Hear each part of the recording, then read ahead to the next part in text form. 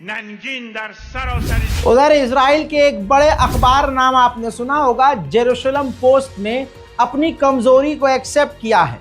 कहा है कि 30,000 पाउंड के बम हमारे पास अपने दम पर नहीं हो सकते ईरान के न्यूक्लियर फैसिलिटी को तबाह करने के लिए।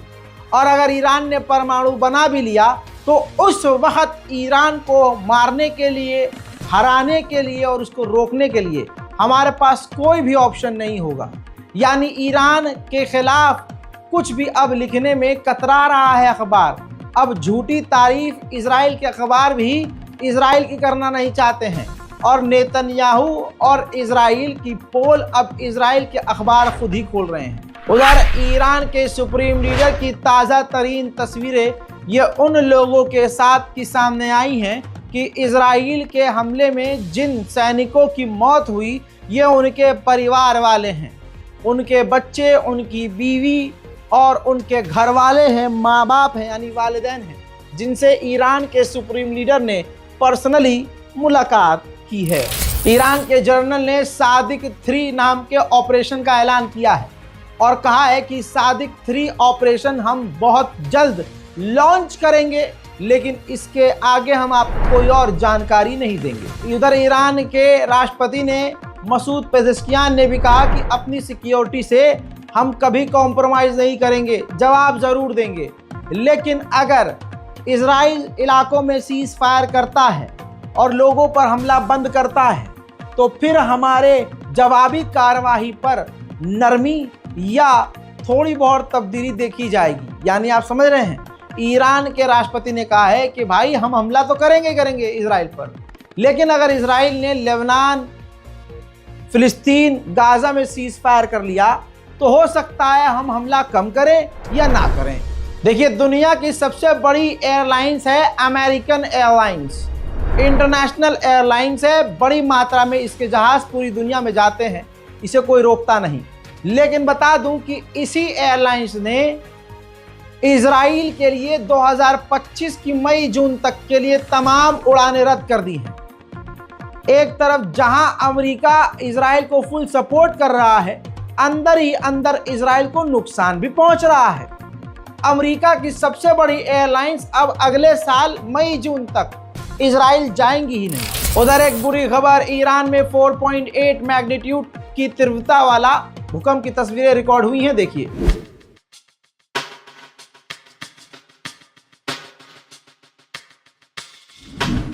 अल्लाह अकबर। उधर लेबनान के पार्लियामेंट स्पीकर ने कहा कि मैं मना नहीं करूंगा कि ईरान हिजबुल्लाह की मदद नहीं करता या हिजबुल्लाह ईरान से जुड़ा हुआ नहीं है, लेकिन अगर ईरान लेबनान की सरकार की मदद करता है तो फिर लेबनान ईरान से बातचीत और ईरान से ऑर्डर लेना बंद कर देगा। आप हमें सपोर्ट कीजिए। ईरान क्षेत्र में कई तरह की ऐसी चीजें कर रहा है जिससे हर बार लोगों को झटका लग रहा है। ईरान ने उस देश के साथ समुद्र में ड्रिल कर ली है जिस देश के साथ ईरान का खतरनाक तनाव है, आज़रबाईजान। जी हां, आज़रबाईजान के साथ आए दिन टकराव होता है ईरान का। ऐसे में जंग के इस हालात में आज़रबाईजान और ईरान की नौसेना ने समुद्र में ड्रिल की है भाई, देखिए।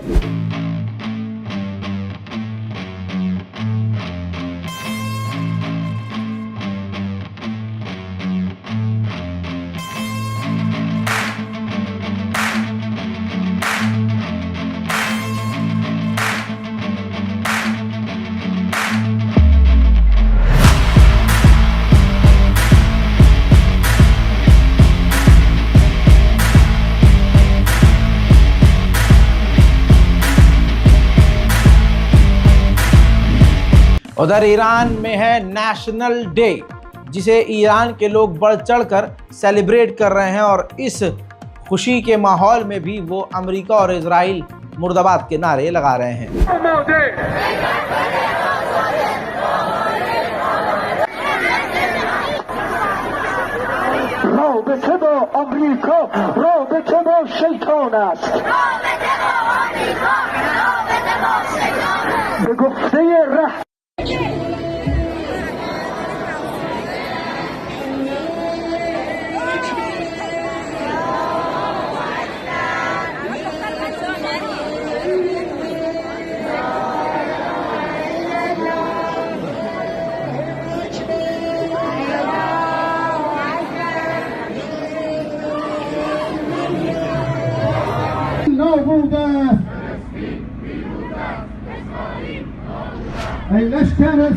उधर मेरे दोस्तों रिपोर्ट यह है कि ईरान ने इराक वाले जो उनके समर्थक ग्रुप हैं उनको आदेश दिया है कि इजराइल पर हमले ज्यादा करो। साथ ही ईरान ने एक बार फिर से कुछ ही वक्त पहले कंफर्म किया है कि इजराइल पर ईरान हमला करेगा, लेकिन इस बार ईरान और चालाकी से खेल रहा है।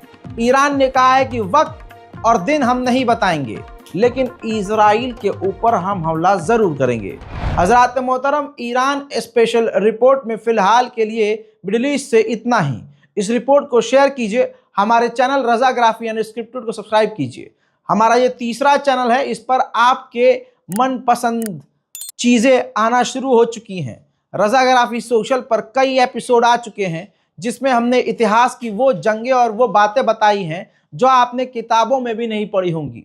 और हमारी कोशिश है कि आम ज़बान और सिंपल भाषा में विजुअल्स और बेहतरीन विजुअल्स के साथ, बेहतरीन स्टोरी लाइन के साथ, सच्चाई के साथ, तथ्यों के आधार पर वो तमाम कहानियां आपको बताएं। और ये तमाम कहानियां अपलोड हो चुकी हैं, जाइए देखिए और हमारे तीसरे चैनल रज़ाग्राफी सोशल को भी सब्सक्राइब कीजिए। जय हिंद।